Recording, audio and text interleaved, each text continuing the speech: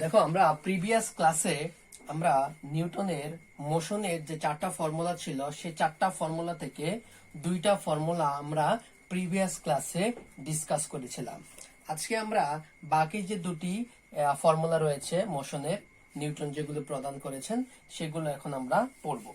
দেখো আমাদের নাম্বার 3 যে ফর্মুলা সেটি হচ্ছে S equals to u t plus half a t square.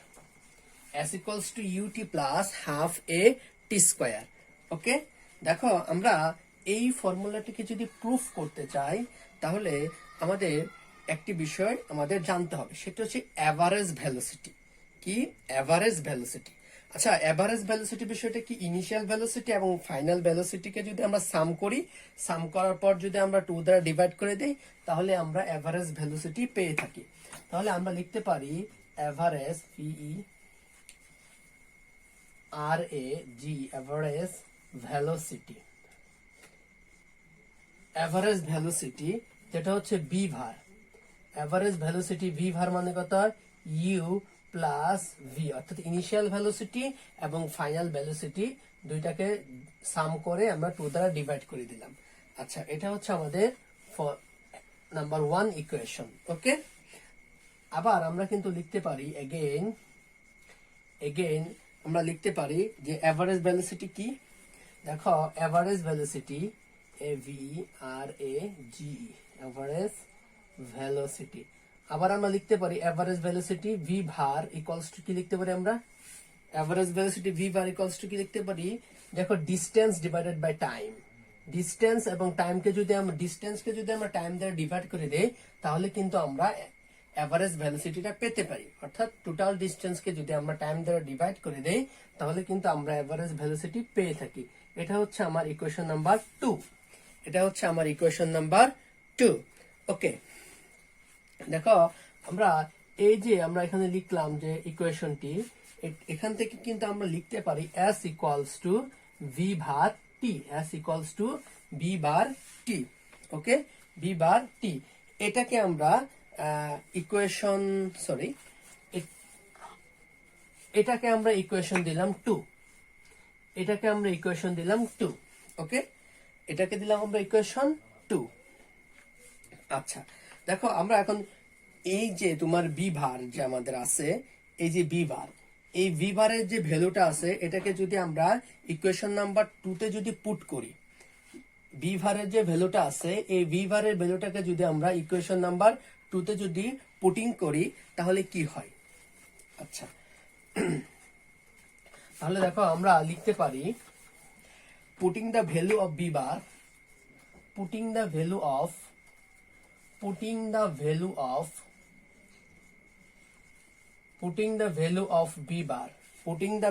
b bar in the equation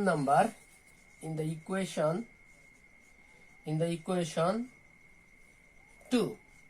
2 number ইকুয়েশনে, নাম্বার 2 ইকুয়েশনে যদি আমরা বি বারের ভ্যালুটাকে পুটিং করি তাহলে কি হয় একটু লক্ষ্য করো। আচ্ছা, দেখো আমরা যদি একটু বলি যে আমরা 2 নাম্বার ইকুয়েশনে কি পেয়েছিলাম?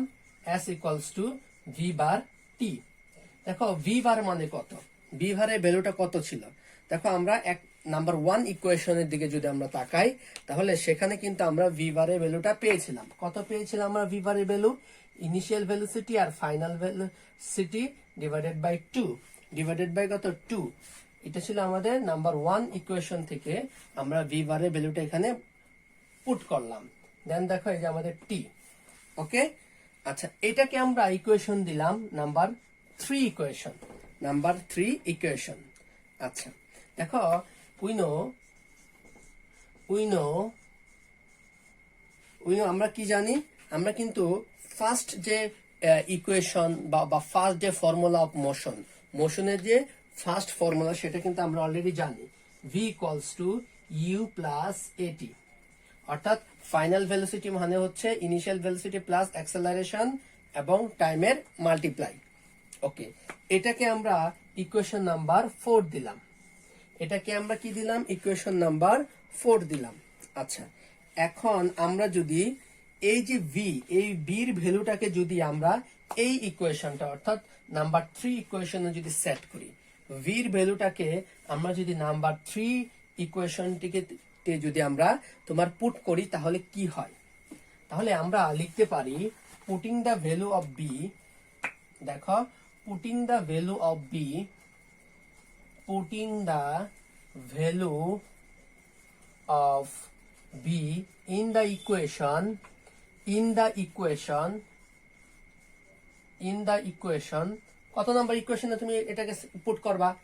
নাম্বার 3 ইকুয়েশনে, নাম্বার 3 ইকুয়েশনে। আচ্ছা, তুমি যদি এখানে পুট করো তাহলে কি হয়? দেখো আমরা, দেখো ভি, ভি মানে কত? ইউ প্লাস এটি, ভি মানে কত? ইউ প্লাস এটি। আচ্ছা, ভি মানে কত? ইউ প্লাস এটি। ওকে, দেখো এস ইকুয়ালস টু আমরা কি পেয়েছিলাম? U plus v. দেখো ইউ প্লাস কত পেয়েছিলাম? ভি। ইউ প্লাস কত? ইউ প্লাস কত? ভি বার মানে কত লিখতে পারি আমরা? ভি বার মানে কিন্তু আমরা লিখতে পারি, কত লিখতে পারি বলো? ইউ প্লাস এটি। ভি বার মানে আমরা লিখতে পারি ইউ প্লাস এটি। অর্থাৎ ভির ভ্যালুটাকে আমরা কি করলাম? আমরা ভির ভ্যালুটাকে নাম্বার 3 ইকুয়েশনে সেট করতেছি জাস্ট। দেখো ভি মানে কত? ইউ প্লাস এটি, আর আগে আমাদের ইউ ছিল, আর নিচে কত হবে? নিচে হবে 2 divided by 2 into t, divided by 2 into t. Okay, দেখো এখন আমরা যদি দেখো যোগ করি, সাম করি, দেখো আর এস ইকুয়ালস টু, দেখো 2 ইউ প্লাস এটি ডিভাইডেড বাই 2 ইন্টু কি হবে আমাদের? Into T. আচ্ছা, ইন্টু কত? টি। আচ্ছা, এখন টি দ্বারা যদি আমরা ইন্টু করে দেই সবাইকে, উপরের অংশটুকু যে টি দ্বারা ইন্টু করে দেয় তাহলে কি হবে? টি দ্বারা ইন্টু করে দিলে হবে s equals to 2 u t plus 2 a t divided by 2, divided by কি? 2। ক্লিয়ার? বুঝতে পেরেছ? ওকে, তাহলে এখন আমরা একটা কাজ করতে পারি। সেটি কি? সেটি দেখো, এই যে ইকুয়েশনটি রয়েছে, এই ইকুয়েশন থেকে আমরা এইভাবে কিন্তু লিখতে পারি। দেখো 2 u t divided by 2, just আমরা এটাকে ভেঙে ভেঙে লিখতেছি। দেখো 2 a t divided by 2, just কি করলাম? ভেঙে ভেঙে লিখতেছি। 2 2 কাটা, 2 2 কাটা যাচ্ছে। আর আমরা লিখতে পারি এস ইকুয়ালস টু, তাহলে কি থাকতেছে? ইউ টি প্লাস, প্লাস কি থাকতেছে? প্লাস কি থাকতেছে? আচ্ছা, 2 2 তো কাটা যাচ্ছে না, এখানে 2, সরি। তাহলে দেখো ইউটি প্লাস এটি ছিল, ইউটি প্লাস কত ছিল?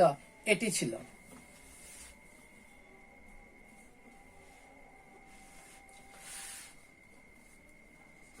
ওকে, তাহলে দেখো আমরা কি লিখতে পারি এখন? লিখতে পারি হাফ, হাফ এ টি। তাহলে s equals to u t plus half a t. এটি হচ্ছে আমাদের নাম্বার 3 ইকুয়েশন, 3 নাম্বার ফর্মুলাটা, নাম্বার 3 ফর্মুলা অফ মোশন। মোশনের 3 নাম্বার ফর্মুলাটার প্রুফটা আমি তোমাকে দেখালাম। আচ্ছা, এখন মোশনের যে নাম্বার 4 যে ফর্মুলাটি রয়েছে মোশনের, সেই ফর্মুলাটি নিয়ে আমরা একটু আলোচনা করব। দেখো নাম্বার 4 যে ফর্মুলা, সেটা কি? V square equals to u square plus 2as, v square equals to u square plus 2as। দেখো আমরা সেম আগের মতন লিখবো এভারেজ ভেলোসিটি, AVERA জি, এভারেজ ভেলোসিটি, এভারেজ ভেলোসিটি, এটাকে আমরা ভি বার দ্বারা ডিনোট করে থাকি। এটা কি? Initial velocity plus final velocity divided by 2। আবার আমরা লিখতে পারি এভারেজ ভেলোসিটি, ভিই এগেইন আমরা লিখতে পারি এভারেজ ভেলোসিটি, এভারেজ ভেলোসিটি, এটাকে আমরা ভি বার দ্বারা ডিনোট করে থাকি। ভি বার মানে কত? টোটাল ডিস্টেন্স ডিভাইডেড বাই টি, ঠিক আছে? ডিভাইডেড বাই টি। আচ্ছা, এটাকে আমরা নাম্বার 1 ফর ইকুয়েশন দিলাম, আর এখান থেকে আমরা লিখতে পারি s equals to v bar t. এটাকে আমরা 2 নাম্বার ইকুয়েশন দিলাম। আচ্ছা, এখন আমরা একটা কাজ করতে পারি। এই যে আমাদের যে ভি বার আছে, এই ভি বারের ভ্যালুটাকে আমরা যদি নাম্বার 3 ইকুয়েশনটাতে যদি আমরা সেট করতে পারি অথবা পুট করতে পারি, তাহলে দেখো কি হয়। তাহলে আমরা লিখতে পারি putting the value of putting the value of কি লিখতে পারি putting the value of be verb in the equation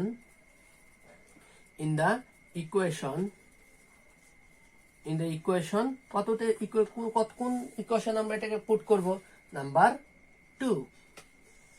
2 ইকুয়েশনে যদি পুট করি তাহলে কি হয় দেখো আমরা লিখতে পারি s ইকুয়ালস টু কি লিখতে পারি দেখো v বারের ভ্যালুটা কত এই যে v এর বদলে আমরা কি লিখতে পারি u plus v divided by 2 u plus v divided by 2 into t okay into t এটাকে আমরা ইকুয়েশন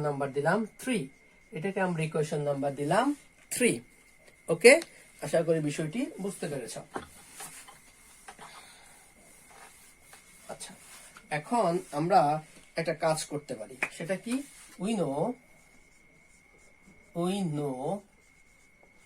উই নো দেখো আমরা ফার্স্ট ফর্মুলা অফ মোশন কি জানি ফার্স্ট ফর্মুলা অফ মোশন থেকে v equals two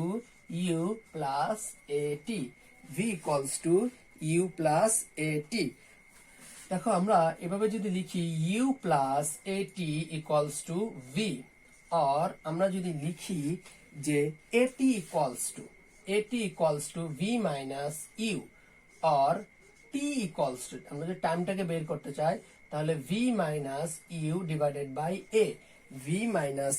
divided by a এটাকে আমরা লিখতে পারি ইকুয়েশন নাম্বার 4 দিতে পারি এটাকে আমরা ইকুয়েশন নাম্বার 4 দিলাম ওকে এটাকে আমরা ইকুয়েশন নাম্বার কত দিলাম 4 দিলাম এখন আমরা একটা কাজ করতে পারি সেটি হচ্ছে putting the value of T in the equation number 3 number ইকুয়েশনে অর্থাৎ 3 নাম্বার ইকুয়েশনে আমরা যদি এই টির ভ্যালুটাকে যদি পুট করি তাহলে কি হয় দেখো তাহলে আমরা যদি লিখি putting the value of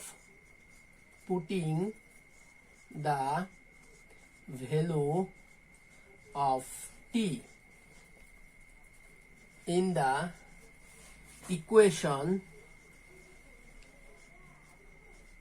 equation কত নাম্বার ইকুয়েশন আমরা পুট করব পুটিং দ্য ভ্যালু অফ টি টির ভ্যালুটা আমরা কত নাম্বার ইকুয়েশনে পুট করব নাম্বার 3 ইকুয়েশন যদি পুট করি তাহলে কি হয় s equals to v plus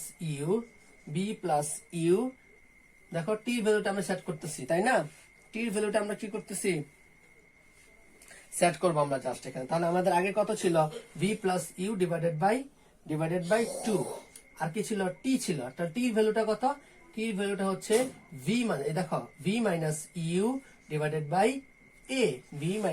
divided by a okay আচ্ছা তাহলে দেখো আমরা একটা কাজ করতে পারি সেটি কি আমরা এটাকে এখানে দেখো আমরা যদি ইনটু করে দেই দেখো s ইকুয়ালস টু দেখো আমরা কি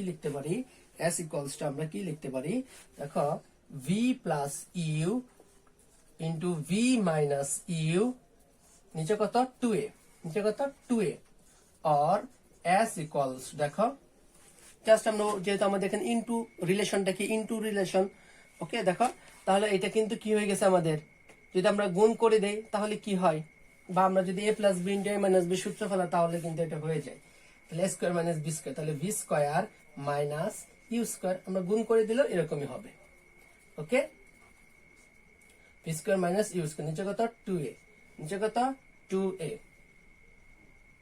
ওকে বুঝতে পেরেছো আচ্ছা और দেখো আমরা যদি ক্রস গুণ করি হ্যাঁ ক্রস মাল্টিপ্লাই যদি করি তাহলে কি হয় ক্রস মাল্টিপ্লাই যদি করি তাহলে হয় v square minus u square equals two 2as और দেখো আমরা যদি লিখি v স্কয়ার u স্কয়ার ছিল মাইনাস রাইট সাইডে চলে গেলে হয়ে যাবে u স্কয়ার প্লাস 2as ঠিক আছে এটি হচ্ছে আমাদের ফর্মুলা ঠিক আছে মোশনের number 4 formula v square equals to u square plus 2as এটি হচ্ছে আমাদের মোশনের number of the formula 4 okay আশা করি বিষয়টি বুঝতে পেরেছো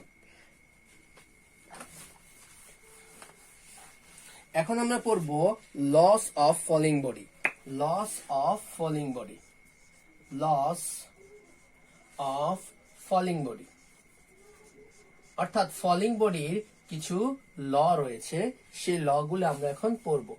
bodies, laws of falling bodies, falling বডির কিছু ল রয়েছে, সেই বিষয়গুলো এখন আমরা একটু পড়ার চেষ্টা করব। আচ্ছা, বিজ্ঞানী সায়েন্টিস্ট গ্যালিলিও কিছু ফর্মুলা আমাদের সামনে প্রেজেন্ট করেছিল। ঠিক আছে, সায়েন্টিস্ট গ্যালিলিও আমাদের সামনে কিছু ফর্মুলা প্রেজেন্ট করেছিল। এগুলি হচ্ছে law of falling body, law of falling body. Okay, আমরা যদি ফার্স্ট ফর্মুলাটি নিয়ে একটু আলোচনা করি, যে ফার্স্ট ফর্মুলাতে কি বলেছিল। আচ্ছা দেখো, একটু কনসেন্ট্রেশন দাও, যে স্পেসিফিক হাইট থেকে, একটা স্পেসিফিক হাইট থেকে দুটি অবজেক্টকে আমরা ফ্রিলি যদি ফল করি, ফ্রিলি যদি কি করি, ফল করি, এবং সেখানে যদি কোনো রেজিস্ট্যান্স না থাকে, অর্থাৎ সেখানে যদি কোনো বাধা না থাকে, কোনো রেজিস্ট্যান্স যদি না থাকে, তাহলে অবজেক্ট দুটি সেম টাইমে সেম ডিস্টেন্স ট্রাভেল করবে। অবজেক্ট দুটি কি করবে? সেম টাইমে সেম ডিস্টেন্স ট্রাভেল করবে। তাহলে স্পেসিফিক হাইট, ঠিক আছে, স্পেসিফিক হাইট থেকে মনে করো দিস ইজ মাই গ্রাউন্ড, এটা হচ্ছে কি আমার গ্রাউন্ড, এটা হচ্ছে একটা স্পেসিফিক হাইট। দেখো, গ্রাউন্ড থেকে এটা হচ্ছে একটা স্পেসিফিক হাইট, এটি কি একটা স্পেসিফিক হাইট, ঠিক আছে, এটা হচ্ছে স্পেসিফিক হাইট। এখান থেকে আমি একটা টিস্যু, বা আমি এখান থেকে মনে করো, এখান থেকে আমি একটা প্যানকে ফালাচ্ছি, প্যান, আর এখান থেকে আমি একটা কি বলবো, আমি একটা একটা বলকে পাঠাচ্ছি, বলকে ফল করতেছি।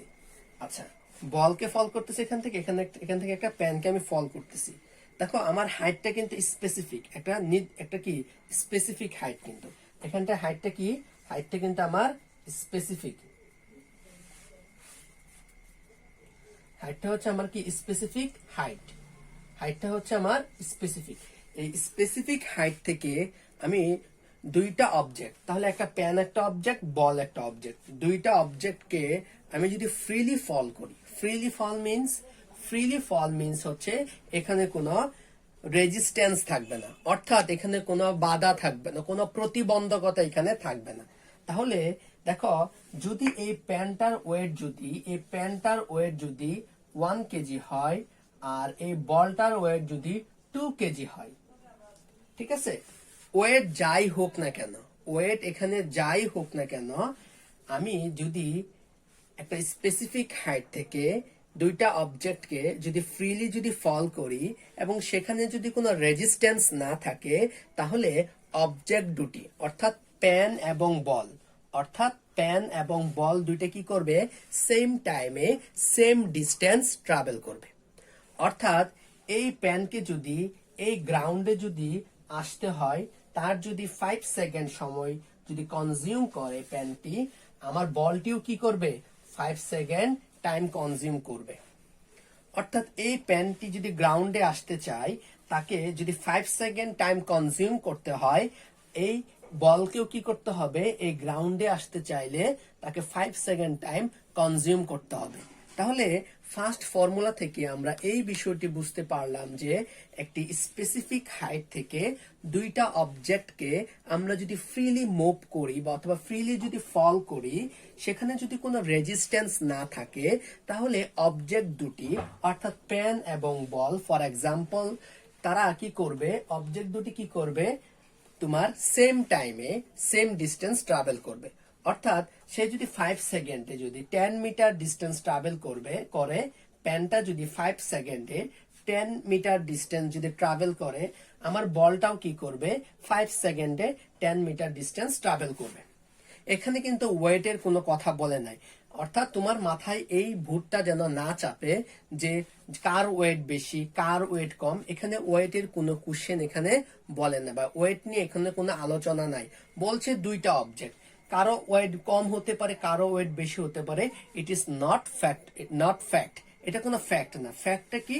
ফ্যাক্টটা হচ্ছে এখানে কোনো রেজিস্ট্যান্স থাকবে না, এবং তাদেরকে ফ্রিলি মুভ করতে হবে, এবং একটি স্পেসিফিক হাইট থেকে। তাহলে আমি আবারও যদি বিষয়টি বলি যে স্পেসিফিক হাইট থেকে দুইটা অবজেক্টকে ফ্রিলি ফল করা হয় যদি, এবং সেখানে যদি কোনো রেজিস্ট্যান্স না থাকে, তাহলে অবজেক্ট দুটি সেম টাইমে সেম ডিস্টেন্স ট্রাভেল করবে। This is first formula of falling body, যেটা কে এক্সপ্রেস করেছিল? এক্সপ্রেস করেছিল সায়েন্টিস্ট গ্যালিলিও। ওকে, এখন আমরা নাম্বার সেকেন্ড ফর্মুলাতে চলে যাচ্ছি। দেখো, এখন আমরা পড়বো সেকেন্ড ফর্মুলা। সেকেন্ড ফর্মুলাটিতে কি বলা হয়েছে? দেখো, সেকেন্ড ফর্মুলাটিতে বলা হয়েছে যদি কোনো অবজেক্টকে আমরা যদি ফ্রিলি যদি ফল করি, ফ্রিলি যদি কি করি, ফল করি, তাহলে তার ভেলোসিটি টাইমের প্রপোর্শনাল হবে। আমরা যদি কোনো একটি অবজেক্টকে আমরা যদি ফ্রিলি যদি ফল করি, উপর থেকে যদি আমরা ফ্রিলি যদি ফল করি, তাহলে তার ভেলোসিটি হবে কত? টাইমের প্রপোর্শনাল হবে। দেখো, বিষয়টি যদি তোমাকে একটু বোঝাতে চাই, মনে করো আমি এখান থেকে একটি অবজেক্টকে এভাবে ছেড়ে দিচ্ছি। হ্যাঁ, সে 1 সেকেন্ডে কি করলো? 9.8 মিটার সে কি করলো? তার ভেলোসিটি কত হবে 1 সেকেন্ডে? 9.8 মিটার ইনভার্স 1। দেখো, 2 সেকেন্ড পরে তার ভেলোসিটি হবে, 2 সেকেন্ড পরে যদি তার ভেলোসিটি যদি আমি ক্যালকুলেট করি, তখন হবে 19.2 মিটার পার সেকেন্ড। অর্থাৎ প্রতি 1 সেকেন্ড ইন্টারভাল তার ভেলোসিটি কি হচ্ছে? ইনক্রিজ হচ্ছে। কতটুকু করে ইনক্রিজ হচ্ছে? 9.8 মিটার পার সেকেন্ড করে। অর্থাৎ প্রতি 1 সেকেন্ডে তার ভেলোসিটি 9.8 মিটার পার সেকেন্ড করে কত বাড়তেছে। তাহলে 1 সেকেন্ডে 9.8 মিটার পার সেকেন্ড, 2 সেকেন্ড পরে কি হয়েছে? এটা ডাবল হয়ে গেছে। 3 সেকেন্ড পরে কি হবে? তার 3 গুণ হয়ে যাবে। তাহলে আমরা বলতে পারি যে কোনো একটি অবজেক্টকে আমরা যদি উপর থেকে ফ্রিলি যদি ফল করি, তাহলে তার ভেলোসিটি কি হবে? টাইমের প্রপোর্শনাল হবে। অর্থাৎ টাইম যত বাড়তে থাকবে, তার ভেলোসিটি তত কি হতে থাকবে? ইনক্রিজ হতে থাকবে। যেটা আমি এখানে তোমাকে দেখালাম যে 1 সেকেন্ডে তার ভেলোসিটি হচ্ছে 9.8, তার 2 সেকেন্ডে তার ভেলোসিটি 19.2 মিটার পার সেকেন্ড। ওকে, তাহলে সায়েন্টিস্ট গ্যালিলিও কিন্তু এই কথাটি আমাদেরকে বলেছিল, কোনো একটি অবজেক্টকে আমরা যদি ফ্রিলি যদি ফল করি, তাহলে তার ভেলোসিটি টাইমের প্রপোর্শনাল হবে। তার ভেলোসিটি কি হবে? টাইমের প্রপোর্শনাল হবে। ওকে, তাহলে বিষয়টি কিন্তু আমরা এভাবে লিখতে পারি, বি প্রপোর্শনাল টি। ভেলোসিটি কি হবে? টাইমের প্রপোর্শনাল হবে। এই প্রপোর্শনাল সাইনটাকে আমরা যদি তুলে দিতে চাই, অবভিয়াসলি আমাদের এখানে কি দিতে হবে? একটা কনস্ট্যান্ট ভ্যালু সেট করতে হবে। কি করতে হবে? একটা কনস্ট্যান্ট ভ্যালু এখানে সেট করতে হবে। তাহলে আমরা লিখতে পারি or V equals to constant into T. Constant into কত? টি। ওকে, তাহলে একটা মজার বিষয় আমি তোমাকে এখনই দেখাচ্ছি, একটু লক্ষ্য করো যে অর আমরা লিখতে পারি, তাহলে টি কে আমরা ভি নিচে নিয়ে আসি, অর্থাৎ টি কে আমরা ডিভাইড করে দেই, তাহলে v divided by t equals to কিন্তু আমার constant. V divided by t equals to কিন্তু আমার কি? কনস্ট্যান্ট। তাহলে দেখো, আমি যদি এটা, তাহলে ভেলোসিটি এবং টাইমের রেশিওটা কি? একটা কনস্ট্যান্ট রেশিও। ভেলোসিটি এবং টাইমের রেশিওটা হচ্ছে একটা কনস্ট্যান্ট রেশিও। তাহলে ফার্স্ট সেকেন্ডের জন্য একটা কনস্ট্যান্ট পাবো, সেকেন্ড সেকেন্ডের জন্য ভেলোসিটি এবং টাইমের একটা কনস্ট্যান্ট পাবো। ঠিক আছে, তাহলে এভাবে কিন্তু আমরা লিখতে পারি। আচ্ছা, এখন তোমাকে যদি আমি একটা কি বলবো, তোমাকে যদি আমি একটা ম্যাথমেটিক্যাল প্রবলেম বলি, যদি দেই তোমাকে, সাপোজ কি বলতে পারি আমি এটা, সাপোজ থার্ড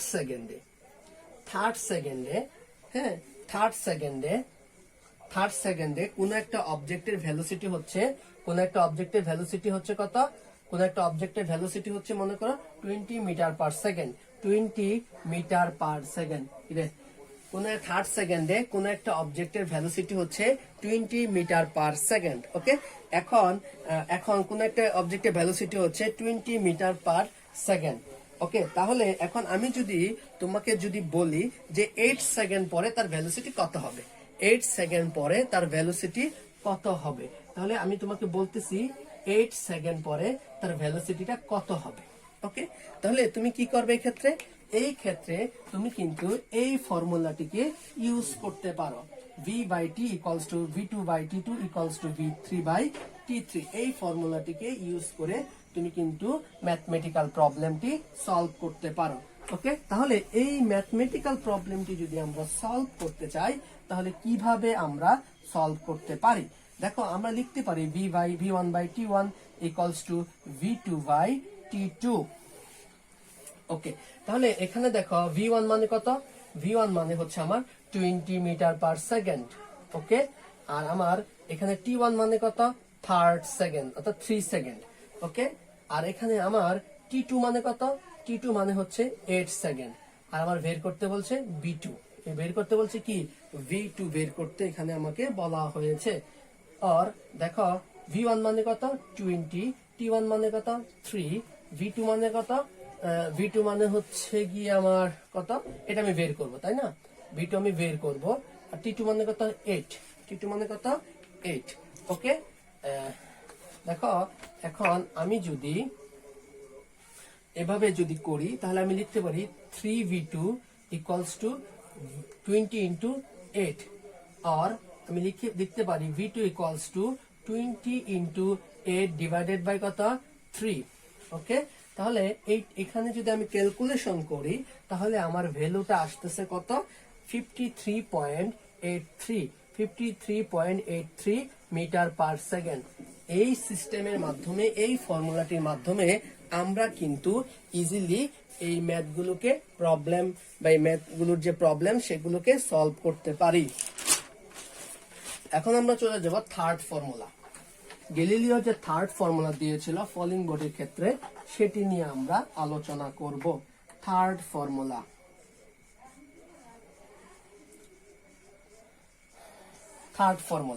ওকে, থার্ড ফর্মুলা বিষয় যদি আমি এটা বলতে চাই সেটি কি?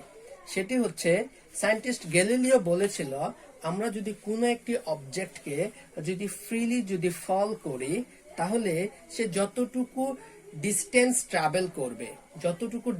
ট্রাভেল করবে সেটা টাইমের স্কোয়ারের কি প্রপোর্শনাল, সেটা কি টাইমের স্কোয়ারের প্রপোর্শনাল।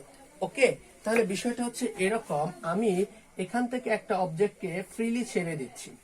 কি করলাম? ফ্রিলি এখান থেকে আমি একটা অবজেক্টকে কি করলাম? ছেড়ে দিলাম। ওকে, ফ্রিলি আমি কি করলাম? এখান থেকে একটা অবজেক্টকে ছেড়ে দিলাম।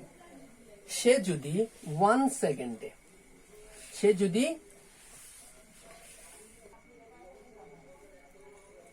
দেখো আমি একটি অবজেক্টকে এখান থেকে ছেড়ে দিলাম, ঠিক আছে? এখান থেকে কি করলাম? ফ্রিলি আমি ফল করলাম। এখন সে যদি 1 সেকেন্ডে যদি তোমার এস মিটার বা যদি সে ডিস্টেন্স ট্রাভেল করে, কত মিটার? এস মিটার যদি সে ডিস্টেন্স ট্রাভেল করে। ওকে, দেখো সে কিন্তু 2 সেকেন্ডে কতটুকু ডিস্টেন্স ট্রাভেল করবে? কতটুকু সে ডিস্টেন্স ট্রাভেল করবে? সে কিন্তু 4s ডিস্টেন্স ট্রাভেল করবে। সে কি করবে? 4s ডিস্টেন্স ট্রাভেল করবে। কেন?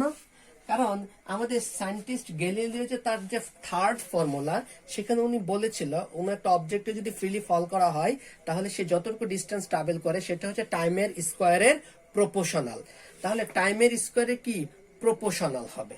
তাহলে দেখো 1 সেকেন্ডে সে এস মিটার ট্রাভেল করলো, আর 2 সেকেন্ডে সে কি করছে? 4s মিটার সে ট্রাভেল করছে। অর্থাৎ বিষয়টা এই ফর্মুলাটা হচ্ছে এইচ প্রপোর্শনাল টি স্কোয়ার। এইচ প্রপোর্শনাল কি? টি স্কোয়ার। তাহলে প্রপোর্শনালটাকে যদি আমি তুলে দেই তাহলে আমাকে একটা কনস্ট্যান্ট দিতে হবে। Constant into t square, constant into কত? T square.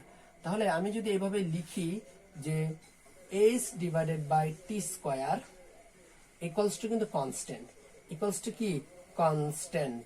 Okay, equals to constant. দেখো এটা কিন্তু আমি কিন্তু এইভাবে লিখতে পারি যে 1 সেকেন্ডের জন্য কতটুকু ডিস্টেন্স ট্রাভেল করছে, 2 সেকেন্ডের জন্য, 3 সেকেন্ডের জন্য, এগুলি কিন্তু আমি ম্যাথমেটিক্যালি বের করতে পারি। তাহলে কিন্তু আমি লিখতে পারি h1/t1 square equals to h2t2 square equals to h3t3 square. Okay, আশা করি বিষয়টি বুঝতে পেরেছ। আচ্ছা, এখন আমরা এই মোশনের আমাদের নিউটন যে মোশনের যে 4টা ফর্মুলা দিয়েছিল, এই 4টা ফর্মুলাকে আমরা যদি ফলিং বডির ক্ষেত্রে যদি অ্যাপ্লাই করি, মোশনের যে 4টা ফর্মুলা যে নিউটন দিয়েছিল, সেই 4টা ফর্মুলাকে আমরা যদি ফলিং বডির ক্ষেত্রে অ্যাপ্লাই করি তাহলে বিষয়টি কিরকম হয়। আচ্ছা, তাহলে আমরা এখানেও কয়েকটা ফর্মুলা পাই। মনে রাখবা সব সময় যে ফলিং বডির ক্ষেত্রে আমরা মোশনের ক্ষেত্রে যে আমরা দেখেছিলাম এ মানে কি অ্যাক্সেলারেশন, এ মানে কি অ্যাক্সেলারেশন। ফলিং বডির ক্ষেত্রে আমরা এ ব্যবহার না করে জি ব্যবহার করব, অর্থাৎ গ্র্যাভিটেশনাল অ্যাক্সেলারেশন। ঠিক আছে, গ্র্যাভিটেশনাল অ্যাক্সেলারেশন এ ইউজ না করে আমরা জি ইউজ করব কখন, ফলিং বডির ক্ষেত্রে। আরেকটা বিষয় সেটি হচ্ছে ফলিং বডির ক্ষেত্রে আমরা এস মানে হচ্ছে আমার ডিসপ্লেসমেন্ট, এই এসটাকে আমি ইউজ না করে ফলিং বডির ক্ষেত্রে আমি এইচ ইউজ করব। এইচ মানে হচ্ছে হাইট। কারণ কি, উপর থেকে যখন তুমি একটি একটি একটি অবজেক্টকে তুমি যখন ফল করবা, সেটা গ্রাউন্ডে আসবে, গ্রাউন্ডে আসলে সেখান থেকে একটা ডিস্টেন্স ট্রাভেল করে আসবে। তাহলে কতটুকু সে ডিস্টেন্স ট্রাভেল করেছে, এখানে আমরা ডিস্টেন্স না বলে আমরা বলবো হাইট, সে এতটুকু হাইট ট্রাভেল করে এসেছে। তাহলে ফলিং বডির ক্ষেত্রে আমাদের এই বিষয়গুলো মাথায় রাখতে হবে। আমরা অ্যাক্সেলারেশন এ ইউজ না করে আমরা গ্র্যাভিটেশনাল অ্যাক্সেলারেশন জি ইউজ করব। আমরা অ্যাজ ডিস্টেন্স ইউজ না করে আমরা হাইট ইউজ করব। ওকে, আশা করি বিষয়টি মাথায় থাকবে। আচ্ছা, তাহলে আমরা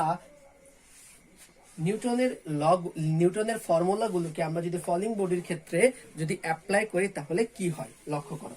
তাহলে আমরা লিখতে পারি v equals to, first formula v equals to u plus কত কি ছিল, ইউ প্লাস এটি ছিল। আমরা এখন এ না লিখে কি লিখবো, জিটি। নাম্বার 2 ফর্মুলাটি কি ছিল, নাম্বার 2 ফর্মুলাটি আমরা যে ছিল ওইটি আমরা ফলিং বডির ক্ষেত্রে ইউজ করব না। 2 নাম্বার যে ফর্মুলা ছিল ওইটা আমরা এখানে ইউজ করব না। তাহলে আমরা এখানে কোনটা ইউজ করব, আমরা এখানে ইউজ করব এই যে শিখছিলাম না আমরা s equals to u t plus half a t square, এটা শিখছিলাম না। আমরা এখানটা লিখবো s এর বদলে লিখবো h ইকুয়ালস টু কি লিখবো, ইউ টি প্লাস হাফ, এর বদলে কি লিখবো, জি টি স্কয়ার। ওকে, আমরা কিন্তু নিউটনের যে সেকেন্ড যে ফর্মুলাটি ছিল সেটি কিন্তু আমরা ফলিং বডির ক্ষেত্রে অ্যাপ্লাই করতে পারবো না, সেটি আমরা ফলিং বডির ক্ষেত্রে অ্যাপ্লাই করতে পারবো না। ঠিক আছে, আমরা এটা করলাম h equals to u t plus half g t square. Okay, number 3 দেখো v square equals to u square plus কি লিখতে পারি আমরা 2, এর বদলে কি লিখতে পারি আমরা জি লিখবো, s এর বদলে কি লিখবো, s লিখবো। তাহলে ফলিং বডির ক্ষেত্রে আমরা এই 3টা ফর্মুলা পেলাম। নিউটনের 3টা ফর্মুলাকে আমরা ফলিং বডির ক্ষেত্রে অ্যাপ্লাই করতে পারবো। একটা কি v equals to u plus g t, আরেকটা হচ্ছে s equals to u t plus half g t square, আরেকটা হচ্ছে v square equals to u square plus 2gs। Okay, এখন এই ফর্মুলাগুলো তো আমরা তো ফলিং বডির ক্ষেত্রে অ্যাপ্লাই করলাম, তাই না? অর্থাৎ একটা অবজেক্টকে তুমি যদি নিচের দিকে ফল করো তখন তুমি এই ফর্মুলাগুলো ইউজ করে ম্যাথমেটিক্যাল প্রবলেমগুলো সলভ করবা। বাট তোমাকে যদি বলি যে কোনো একটা অবজেক্টকে তুমি যদি আপওয়ার্ডে থ্রো করো, কোনো একটা অবজেক্টকে তুমি যদি আপওয়ার্ডে থ্রো করো তখন তুমি কোন কোন ফর্মুলা ইউজ করবা? কোনো একটা অবজেক্টকে তুমি যখন আপওয়ার্ডে থ্রো করবা তখন তুমি ফর্মুলাগুলি কিভাবে ইউজ করবা? দেখো, একটা জিনিস মনে রাখবা, কোন একটা অবজেক্ট যখন ফলিং হয়, ফল করে, উপর থেকে যখন গ্রাউন্ডের দিকে ফল করে তখন সে কিন্তু তাকে কি করে, আমাদের যে আর্থ আছে আর্থ কিন্তু তাকে অ্যাট্রাক্ট করে, আর্থ তাকে কি করে, অ্যাট্রাক্ট করে। আর্থের সাথে ওই ফলিং বডির একটা অ্যাট্রাকশন হয়, তাই না? একটা কি হয়, অ্যাট্রাকশন হয়। কিন্তু তুমি যখন অবজেক্টটাকে উপরের দিকে অর্থাৎ আপওয়ার্ডে যখন থ্রো করবা, কি করবা, আপওয়ার্ডে যখন থ্রো করবা তখন কিন্তু তাকে কি করতে হয়, ওই অ্যাট্রাকশনের এগেইনস্টে তাকে কি করতে হয়, কাজ করতে হয়। ওই অ্যাট্রাকশনের এগেইনস্টে তাকে কি করতে হয়, ওয়ার্ক করতে হয়। তাহলে এটা কি, এটা হচ্ছে যে যখন তুমি একটা অবজেক্টকে আপওয়ার্ডে থ্রো করবা তখন গ্র্যাভিটেশনাল অ্যাক্সেলারেশনের এগেইনস্টে কিন্তু অবজেক্টটাকে কাজ করতে হবে। তাহলে এখান থেকে আমার সামারি যে কথাটা সেটি হচ্ছে যে কোনো একটি অবজেক্টকে আপওয়ার্ডে থ্রো করলে সেই অবজেক্টটি গ্র্যাভিটেশনাল অ্যাক্সেলারেশনের এগেইনস্টে কি করবে, কাজ করবে। ওকে, আর এগেইনস্টে কাজ করা মানে কি, এগেনস্টে কাজ করা মানে হচ্ছে শুধুমাত্র আমাদের এই যে সাইনগুলো রয়েছে এগুলি কি হয়ে যাবে, মাইনাস হয়ে যাবে, এগুলি কি হয়ে যাবে, মাইনাস হয়ে যাবে। যেহেতু আমি গ্র্যাভিটেশনাল অ্যাক্সেলারেশনের কি করতেছি, অপোজিট ডিরেকশনে কাজ করতেছি, তার এগেনস্টে কাজ করতেছি, এই জন্য এগুলি কি হয়ে যাবে, মাইনাস হয়ে যাবে। তাহলে এই ফর্মুলাগুলো আমরা কখন ইউজ করব, তাহলে উপরে একটু লিখে রাখো যে এগুলি কখন আমরা ইউজ করব। এগুলি আমরা ইউজ করব আপওয়ার্ডে থ্রো করলে, আপওয়ার্ড থ্রোয়িং এর ক্ষেত্রে, আপওয়ার্ড থ্রোয়িং এর ক্ষেত্রে আমরা এই ফর্মুলাগুলো ইউজ করব। b is equal to u minus gt, gt s equals to ut minus half gt square, v square equals to u square minus 2gs। যখন আমরা আপওয়ার্ডে কোনো একটা অবজেক্টকে থ্রো করব তখন আমরা এই ফর্মুলাগুলো ইউজ করব।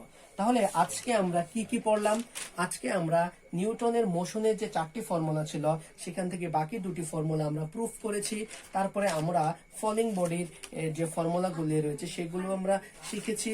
তারপরে আমরা নিউটনের যে মোশনের যে ফর্মুলা সেগুলোকে যখন আমরা ফলিং বডির ক্ষেত্রে ইউজ করব সেখানে কিভাবে ফর্মুলাগুলোকে ইউজ করতে হবে সেগুলো আমরা পড়লাম। তারপরে আপওয়ার্ডে থ্রোয়িং এর ক্ষেত্রে ফর্মুলাগুলো কিভাবে হবে, তার চেহারাটা কিরকম হবে, সেই বিষয়গুলো কিন্তু আমরা জানলাম।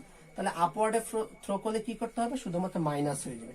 জাস্ট ডিফারেন্সটা হচ্ছে এখানে ফলিং বডির ক্ষেত্রে এবং আপওয়ার্ডে থ্রোয়িং এর ক্ষেত্রে। ফলিং বডির ক্ষেত্রে হবে প্লাস আর আপওয়ার্ডে থ্রোয়িং এর ক্ষেত্রে কি হবে, মাইনাস। আশা করি বিষয়গুলো বুঝতে পেরেছ।